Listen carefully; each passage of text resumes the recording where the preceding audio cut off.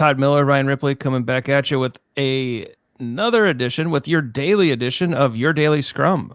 Right? What's up? Todd, that's like my new thing. Is that it, where I just go, what's up? It seems like every episode. So I'm like, all right, man, what's up? No, it's all good. It's good to be back with you, Todd. We are trying to help past students and people online, all of our YouTube followers, people with questions about Scrum. This one really, when I read this one the other day, this one really kind of like, it was like, oh, okay, let's look at this. Help the developers hate the product owner. What should I do? Uh-oh. So you're a Scrum Master and the developers hate the product owner? You know, I've actually seen this, Todd. I've actually seen it where the devs just loathe the product owner. It was an interesting situation. I think the first thing we should talk about is, so what? Right. Does this really matter? Does it really matter? I mean, so hate's a really strong word. I can't imagine that we're at hate, right? Maybe there's just some disdain or something like that. But the reality of it is, if they respect the accountability of the product owner, does it matter? You know, I think it's one of those where life could be nicer and cleaner and things could go smoother.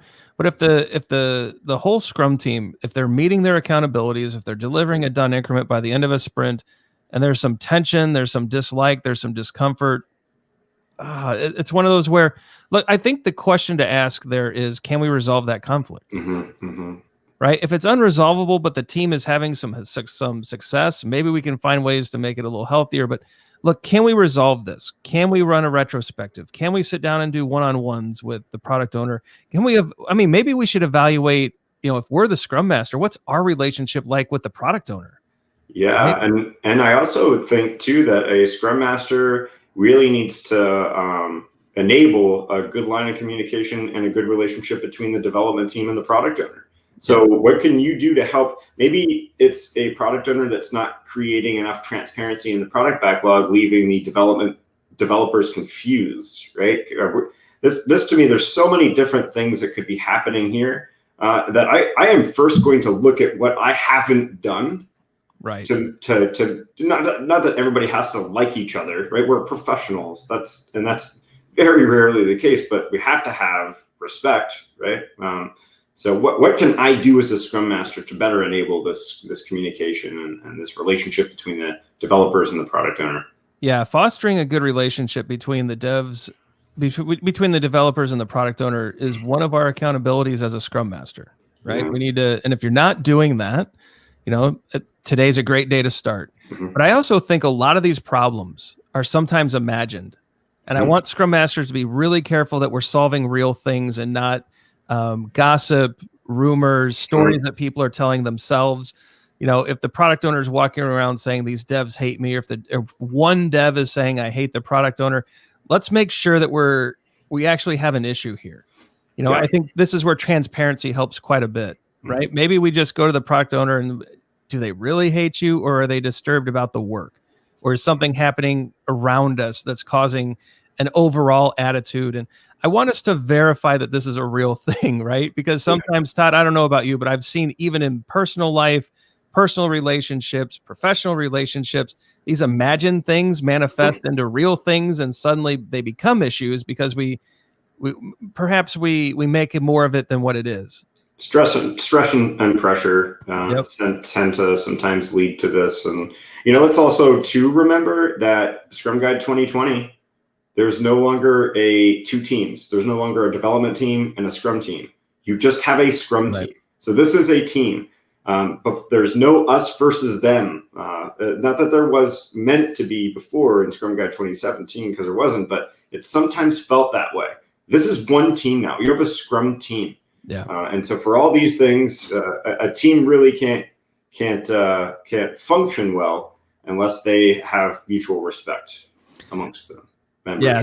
So I think as a Scrum Master, let's validate that there's actually an issue here. Just because we see something doesn't mean it exists, and just because one or two people believe something doesn't make it universally true. And so let's make sure that something's happening here, but then also think about, so what? If the team's delivering, they seem to be civil, respectful, but there's a dislike, maybe that's not something we need to worry about. But if there is open conflict, right, we have to de-escalate that. We need to make sure that we can get us back to a strong working situation. Now, Todd, if it's just civil war and it's just all out battle, I think we've both had situations where either the devs go or the product owner has to go. Yeah, and this is something, I mean, this is where we don't like passive Scrum Masters, right?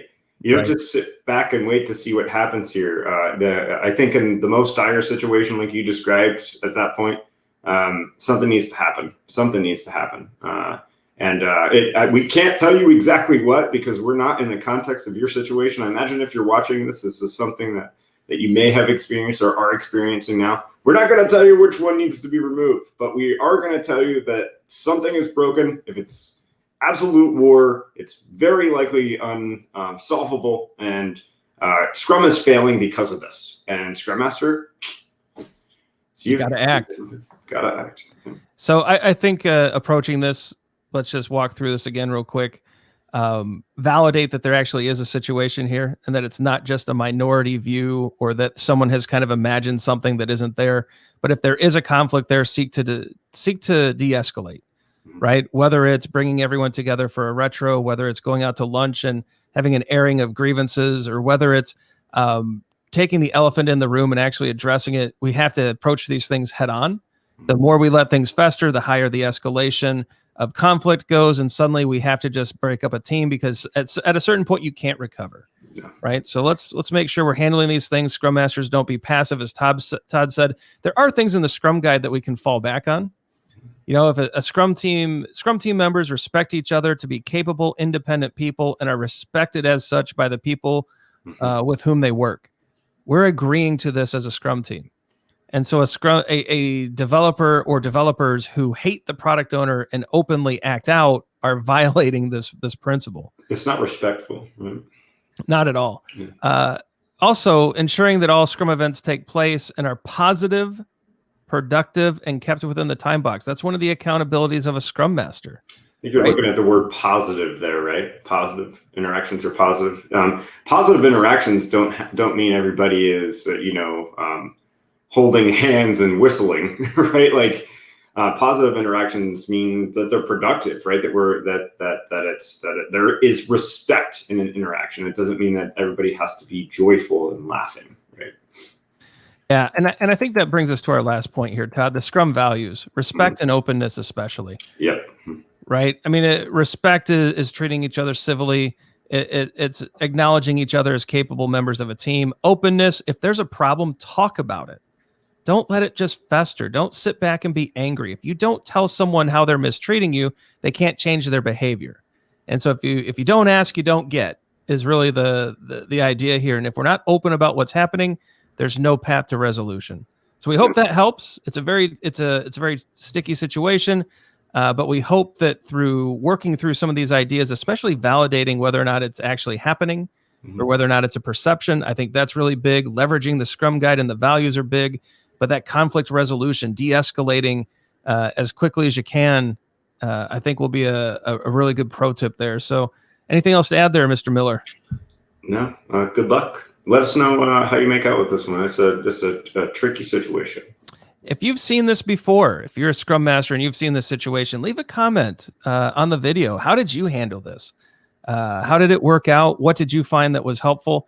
If you have questions about this or any other Scrum aspect, Ryan at agileforhumans.com and Todd at agileforhumans.com. We love your questions, especially the hard ones. We just ship the hard ones over to Todd, but we like reading them. And again, leave us a comment. Let us know what you thought of the video. And we hope it helps. And we will be back tomorrow. See you later. Be sure to smash that like button. Please subscribe so that you know when we release a new episode of Your Daily Scrum. We also wrote a book, Fixing Your Scrum, Practical Solutions for Common Scrum Problems. Check out agile4humans.com so that you can read the book and grab your copy today. Thanks for watching. We'll see you next time.